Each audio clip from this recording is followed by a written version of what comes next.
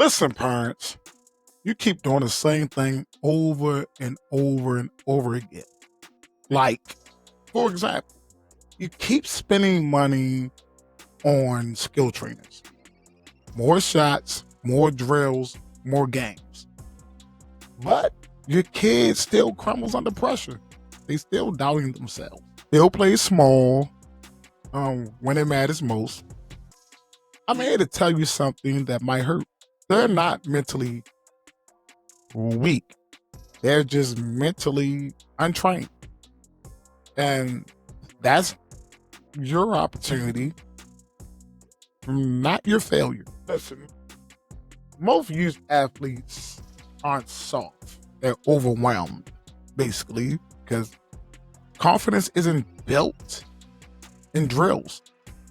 It's built in the dark, after mistakes, when they're benched, and when they're doubting if they even belong. We keep asking them to be confident, but we never train them on how to bounce back from failure. Sports psychology, leadership, resilience. Nobody is teaching them that.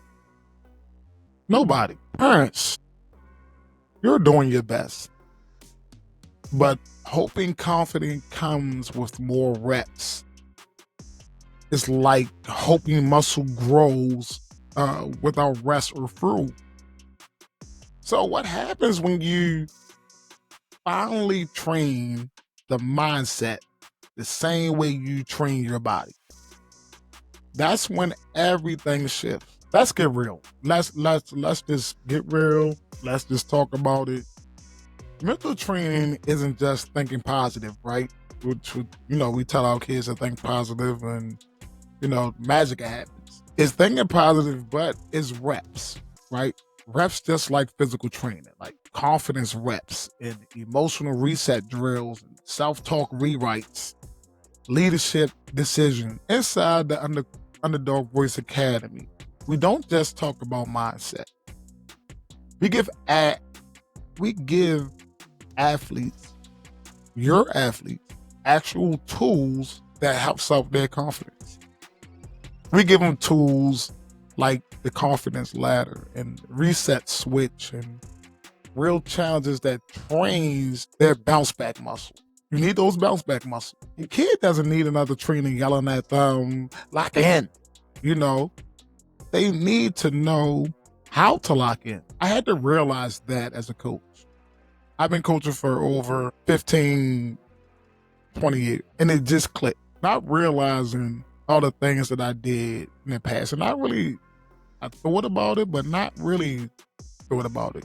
About how I built confidence in kids or how I may have tore their confidence down. But a light bulb came on. I decided to retire from coaching. AAU basketball, not high school. But one thing I didn't decide to do was stop training. I just changed. I just realized that these kids are not being trained properly.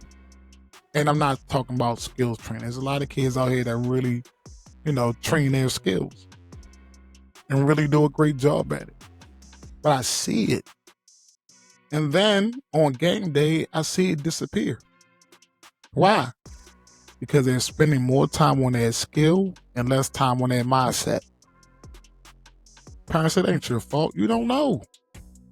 Again, yelling. You got to be confident. Lock in. Oh, that's fine and dandy. But these kids do not know how to do that. Confidence is not something that just happened. It's just like any other muscle. These days, more than any, our kids need to learn how to become confident. Somebody needs to teach them the right way. Now, am I a sports psychologist? Nope. Have I been through every last sports psychologist, child therapist book in the library? Nope. But I've been in the grind with these kids. I done seen what teaching them confidence could do to them. Not only just in basketball, but in life. By me being in the trenches with these kids for over 15, 20 years, I have learned from experience, and that's what matters. I have a degree. I'm a social science major. I know how to handle behavior. I studied it. I studied psychology, all that. Does it help? Yeah, but being in the trenches with these kids is much better. My work, my documentation speaks for itself. So, the kid doesn't need another trainer again to tell them to lock in. They need to know how. And that's where I come in. Got it? That's where I come in. Here's the truth. If you don't build this muscle now, the game will break them later. They will quit. I am telling you, 70% of kids, it's probably a little higher now. Data shows that 70% of kids quit sports by the time they're 13 years old.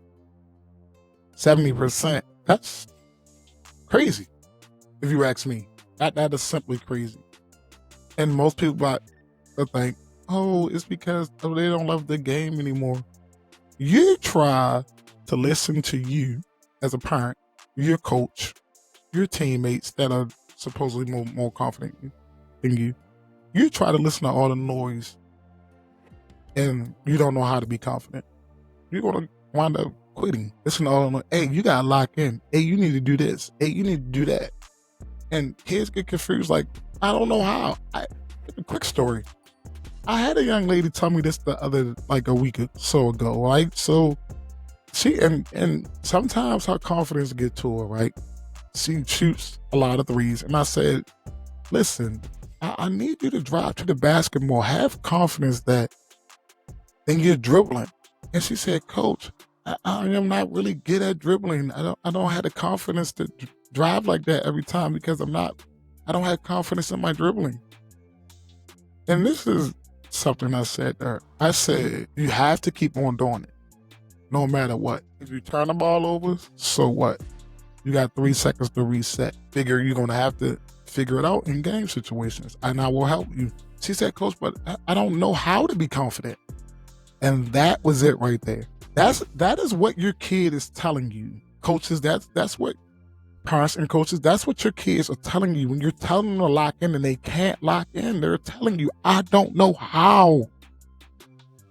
I don't know how. I need somebody to show me how to lock in.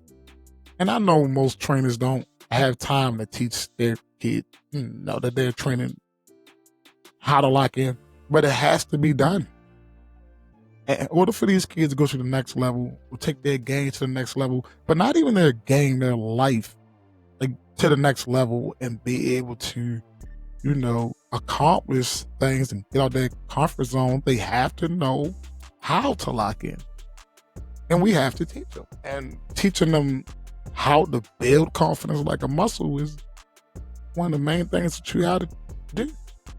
They do not know how to lock in. That's what the Underdog's Voice Academy is here for. So what happens when you train it, right? What happens when you train? You may be asking me that. Well, Coach, what do I supposed to do? Like, I don't know how to do that.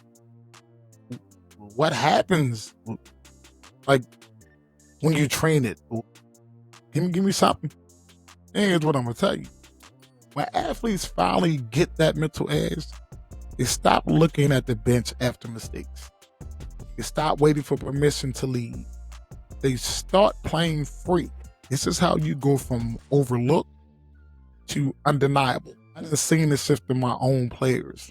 Middle schoolers who couldn't look you in the eyes and turn into leaders in practice and killers in game. It all started with one mindset shift. And that mindset shift was, I don't need to be perfect. I need to keep showing up. Kids gotta have the confidence and they gotta believe that, like, I don't need to be perfect, man. You can't be. Nobody is perfect in sports. Even professional players still have confidence issues that they have to iron out. And there's nothing wrong with that. Every level you go to, is a different type of level of confidence. So through your whole life, you still have to train yourself. You still have to train that muscle. The same way you train your body, you have to train your mind if you want anything out of life. So we need to train these kids and really teach them how to be more confident. Let's show up for them. So, parents, here goes some action steps that you can take. Because I know you're sitting here like, coach, just tell me, coach, just tell me. Again, we're rushing the process. But here is some steps you can take, parents. Stop ignoring the mental game first. Like, just stop ignoring it, because every sport, if you look, it like it's 90% mental anyway and 10% skill. So why are we training at 10% more than we're training at 90%? Makes absolutely no sense to me. And again, I'm at fault for this, but I think I was doing it unconsciously, and it worked. My conscience kicked in. I had a boom moment. But parents, stop ignoring the mental game. If your kid is melting down in games, it's not a skill issue. It's a mindset one. That's what it is. They're going to miss a shot for their head down. Oh my God. They're going to turn the ball over. They're going to look at the coach. They're going to look at you. That paralyzes them. Right? Now, the second thing you can do is get help. Do not try to YouTube your way through this. Find a system that works. I'm on YouTube. Right? There's a lot of people on YouTube. There's a lot of sports psychologists and all that that's telling you how to work. But find a system that works. Find a system that really helps your child.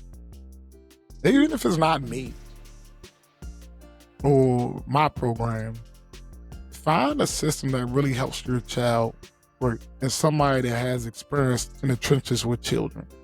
Not just because they're a sports psychologist and they played a sport. You need somebody that really like be in the trenches with these kids and see this every day. And that's me. But anywho, another thing you can do is you can join our next 5-day underdog challenge, where we train the mindset that makes everything else click.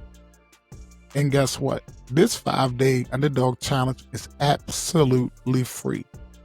The link will be down in the description. Click that link or comment ready, and I will send you the link. You can DM me on my Instagram at Underdog's Voice, and I can help. It's free. It's a 5-day underdogs challenge that will help your kid start believing in themselves and building confidence. It's a process, and it don't happen overnight. But this how you train those skills. You need to train that mindset. So let me ask you this, parents. What part of the game does your kid struggles with the most? Is it confidence? Is it focus? Is it bouncing back? Drop it below and let's talk about it. This is something that needs to be talked about. And especially is like this July that I'm doing this right now, and over the summer, like you've been to all the games, you done traveled 3,000 miles and spent maxed out your credit cards, all that stuff just to watch your child have a meltdown on the basketball court because they're not confident. Do you want to repeat that next year? Do you want to repeat that with your child going into middle school games and their high school games? Do you want to repeat that? Do you want to keep seeing your child melt down because the ball hit off their foot, or they missed a free throw, or they missed the shot? They keep looking at you, and then the coach getting them off for looking at you, and then they looking at the coach. They're scared they're gonna be on the bench. Look, I know you tired of that. I know you tired of that. Like, I coach high school basketball and I coach AAU, but I done seen it. I done been in it. I done been that coach. I done been that coach when kids look at me. I'm like, don't look at me. Like, keep playing. Or if you look at me, hey, come and sit on the bench. You need to come out. because your mind is not in the game anymore. Then some of y'all might coach, well, these coaches out here, y'all, this, and y'all destroy the kids. I get it. I get it. But if your kid had it from the start, couldn't nobody destroy their confidence. If they was trained on how to use it, wouldn't nobody be able to destroy it. A confident person do not let anybody take away their confidence. Remember that. So, confidence don't come from hype, fam. It comes from training. The things nobody sees. If you want your kid to stop second guessing themselves, stop only training the part of the game everyone sees. Let's build real confidence. The kind that holds up when the pressure hits. I'm Coach Q, and this is the Underdog's Voice podcast. I'll see you in the Mindset Gym. Thank you for listening, and guess what? I'm out.